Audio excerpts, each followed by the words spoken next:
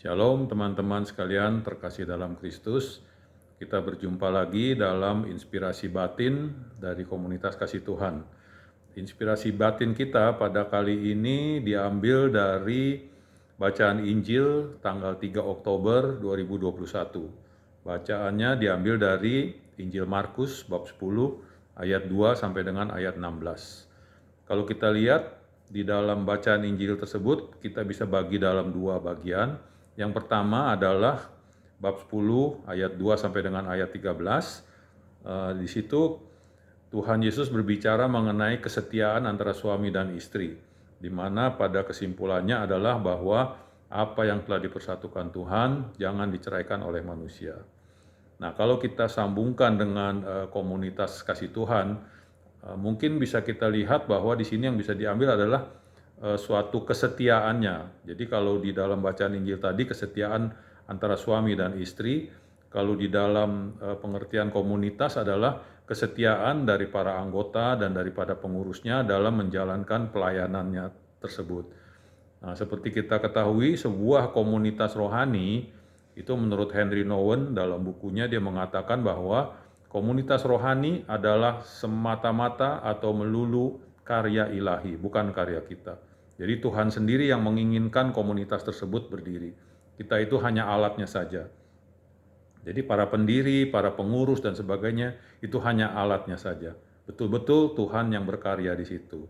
Nah, di sini seperti tadi kita baca di bab 10 ayat 2 sampai dengan 13, kita diharapkan untuk setia pada pelayanan kita.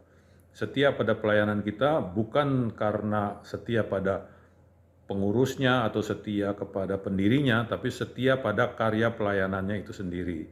Setia di sini berarti kita berani untuk menghadapi segala tantangan, segala rintangan, baik dari luar maupun dari dalam. Jadi prinsipnya adalah sebuah kesetiaan. Nah, kemudian kalau kita lihat bagian berikutnya dari bab 10 ayat 13 sampai ayat 16, di situ disebut judulnya Yesus memberkati anak-anak. Jadi secara umum di situ dikisahkan bahwa ada anak-anak yang datang, gerombolan anak, ada orang-orang yang membawa anak-anak kepada Yesus, kemudian para murid memarahi gitu, mengusir. Karena memang secara umum anak-anak itu ya sumber keributan lah. Jadi berisik lah, mengganggu dan sebagainya. Tapi justru pada saat itu Yesus berkata, malah Yesus memarahi murid-muridnya, biarkan anak-anak itu datang kepadaku. Nah, barang siapa yang tidak menerima anak-anak ini tidak dapat masuk ke dalam kerajaan Allah. Nah, mungkin dari sini yang kita bisa lihat adalah bahwa Yesus menginginkan agar supaya kita semua mempunyai mental, mempunyai karakter seperti anak-anak. Jadi mental karakter seperti anak-anak itu apa? Ya, jadi anak-anak di satu sisi memang mereka berisik, mereka kadang-kadang nakal, mereka mengganggu konsentrasi dan sebagainya. Tapi sisi positifnya yang Yesus ingin ambil dari anak-anak adalah bahwa anak-anak itu polos dan anak-anak itu sangat tergantung kepada orang tuanya atau pada gurunya, dan anak-anak itu juga patuh, taat.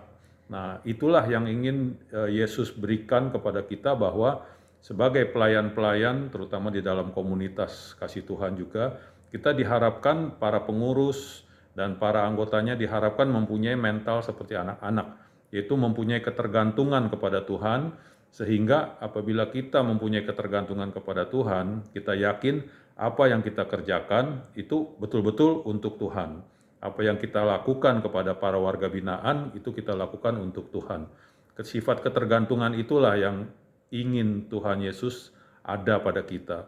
Kemudian juga anak-anak itu taat pada orang tua, taat kepada gurunya.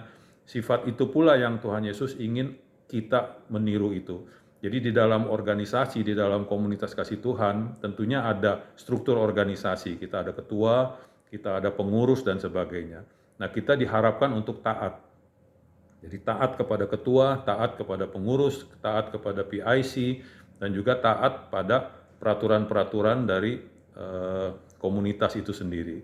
Jadi ketaatan itulah yang diinginkan agar supaya kita dapat berkarya, kita dapat berpelayanan dengan lebih baik, karena kita tidak melihat siapa individunya, kita juga tidak melihat bahwa apakah kita dihargai atau kita tidak dihargai, itu menjadi nomor dua. Itu tidak akan membuat kita sakit hati atau kita menjadi mundur tanpa alasan dan sebagainya. Karena yang kita lihat adalah dari bacaan tadi, satu adalah kesetiaan kita, bukan kepada personilnya ya, kesetiaan kita pada pelayanan kita, ke satu, dan kedua adalah ketaatan kita, seperti seorang anak kecil, dan ketergantungan kita pada belas kasih Allah. Mungkin itu saja yang bisa saya sharingkan dari inspirasi batin kita, kali ini. Semoga dapat membawa pencerahan bagi kita semuanya. Terima kasih.